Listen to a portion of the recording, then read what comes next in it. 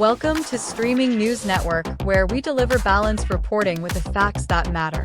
Evening Edition by J. Claude McDaniel. Please like and subscribe. This is J. Claude McDaniel with Streaming News Network. A confrontation over a parking space at a grocery store in Largo, Florida, ended with a gunshot and the arrest of a 74-year-old man, according to local police. Investigators say the incident happened Friday afternoon in the parking lot of a public supermarket. Authorities allege that Richard Clevenstein intentionally drove his Kia Soul Sport utility vehicle toward another man during an argument over a parking space. Police say the other man believed he was in immediate danger and fired a single shot from a legally possessed handgun into the hood of the approaching vehicle in what investigators determined was an act of self-defense. No one was injured during the confrontation. The man who fired the shot immediately called emergency services. Officers later reviewed surveillance video from multiple cameras and interviewed those involved. According to investigators, Clevenstein acknowledged driving his vehicle to within just a few inches of the other man. Police concluded the victim had to move out of the vehicle's path to avoid being struck. Based on the evidence, authorities arrested Clevenstein on a charge of aggravated assault with a motor vehicle, stating that his actions placed the other man in reasonable fear for his life. Clevenstein was booked into the Pinellas County Jail on Thursday and was later released after posting bond. This is J. Claude McDaniel with Streaming News Network. A routine basketball play involving Indiana Fever star Caitlin Clark has once again placed the spotlight on officiating and player safety in the Women's National Basketball Association. The incident occurred during the Fever's 109-75 victory over the Las Vegas Aces. Midway through the second quarter, Clark and Aces guard Chelsea Gray collided in the lane as Gray drove toward the basket. After the contact, Gray fell to the floor while Clark also went down, prompting game officials to initiate a replay review for a possible hostile act. Following the review, officials determined the replay supported the original ruling, leaving the play as a standard shooting foul against Clark. No hostile act was assessed, and play resumed without additional penalties. The review comes amid heightened attention surrounding Clark's on-court treatment. In recent days, several members of Congress sent a letter to Women's National Basketball Association Commissioner Kathy Engelbert urging the league to strengthen player safety measures and address concerns over what they described as repeated excessive physical play involving Clark. The latest review also sparked widespread discussion on social media. Some fans argued officials are now taking extra precautions whenever Clark is involved in physical contact, while others believed the play was simply routine basketball and did not warrant further review. The debate continues as the league faces increasing scrutiny over officiating consistency, player safety, and how physical play is managed throughout the season. This is J. Claude McDaniel for Streaming News Network. A political standoff in the central California city of Avenal has entered a new chapter after county officials voted to return 4 city council seats to the ballot in a special election this November. The Kings County Board of Supervisors unanimously approved the measure, saying it is intended to restore full representation after months of uncertainty following a highly contested recall election. The controversy began in April when voters approved the recall of Mayor Alvaro Preciado and council members Leticia Gomez, Pablo Hernandez, and David Reynosa by wide margins.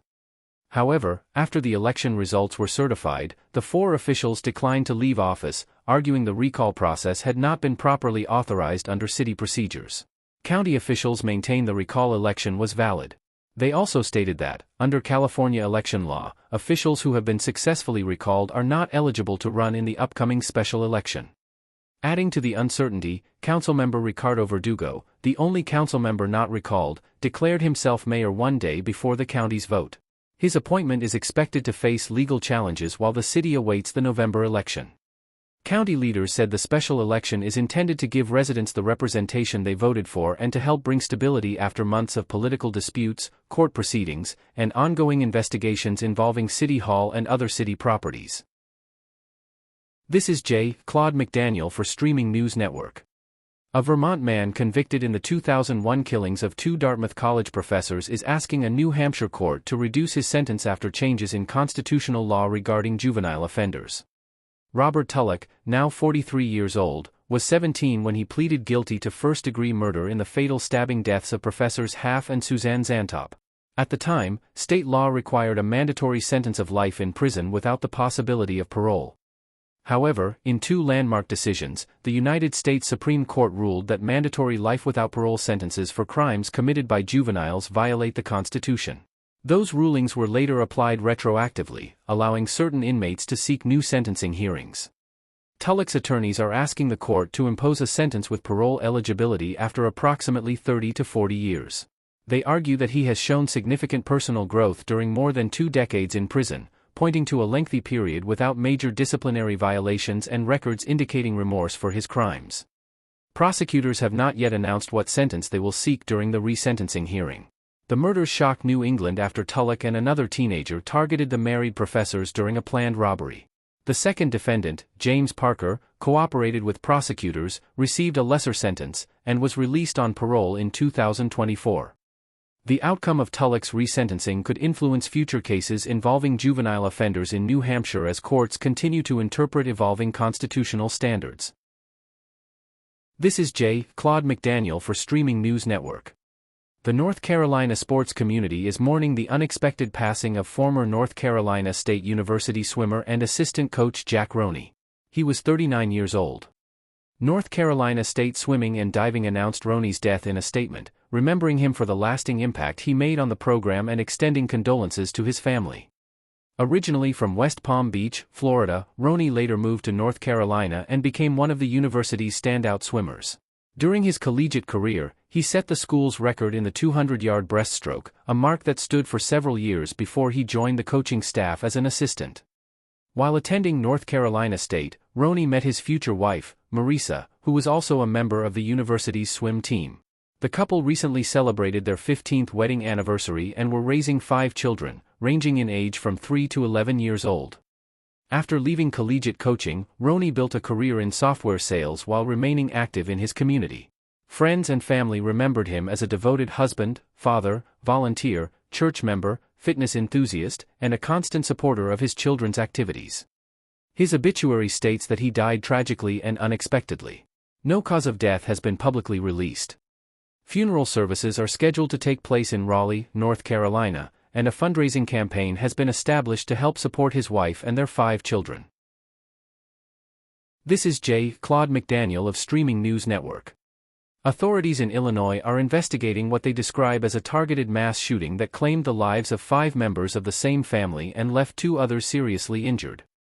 The violence unfolded Sunday at multiple locations in East St. Louis, including areas near 39th Street and Summit Avenue, the Gompers public housing community, and Jones Park.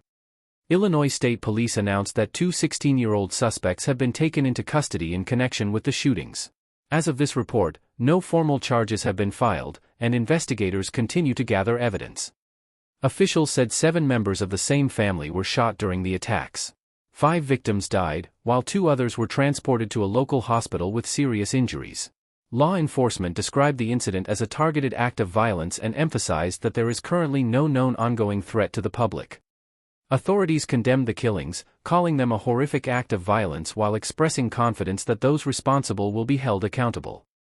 The investigation remains active as detectives work to determine a motive and the circumstances leading up to the shootings. This is Claude McDaniel with Streaming News Network. Disney's live-action remake of Moana has opened below industry expectations, marking a disappointing debut at the global box office. The film earned an estimated $95 million worldwide during its opening weekend, including approximately $43 million in domestic ticket sales.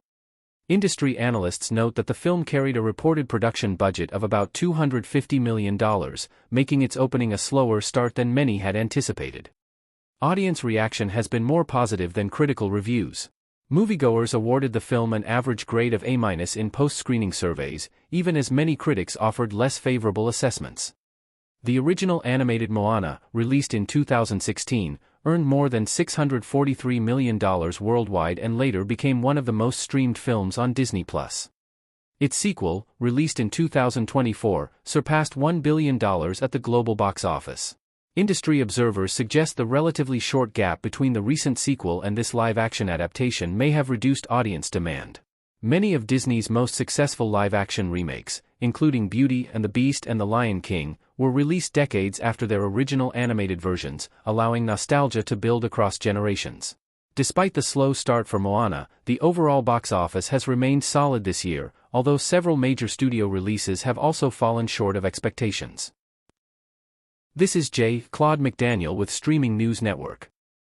A driver in Northern California is fortunate to be alive after surviving a dramatic 600-foot plunge down a cliff before being arrested on suspicion of driving under the influence. According to the California Highway Patrol, the crash occurred along State Route 263 near the city of Wairika when a pickup truck left the roadway and tumbled down a steep embankment. Despite the severity of the crash, the driver survived. Authorities later arrested the individual on suspicion of driving under the influence. Officials have not released the driver's identity or announced any formal charges at this time. The California Highway Patrol shared photographs of the heavily damaged truck and used the incident as a public safety reminder, emphasizing that impaired driving places both the driver and others on the road at serious risk. State Route 263 is known for its sharp curves and steep drop-offs, making it one of the more challenging stretches of highway in the region.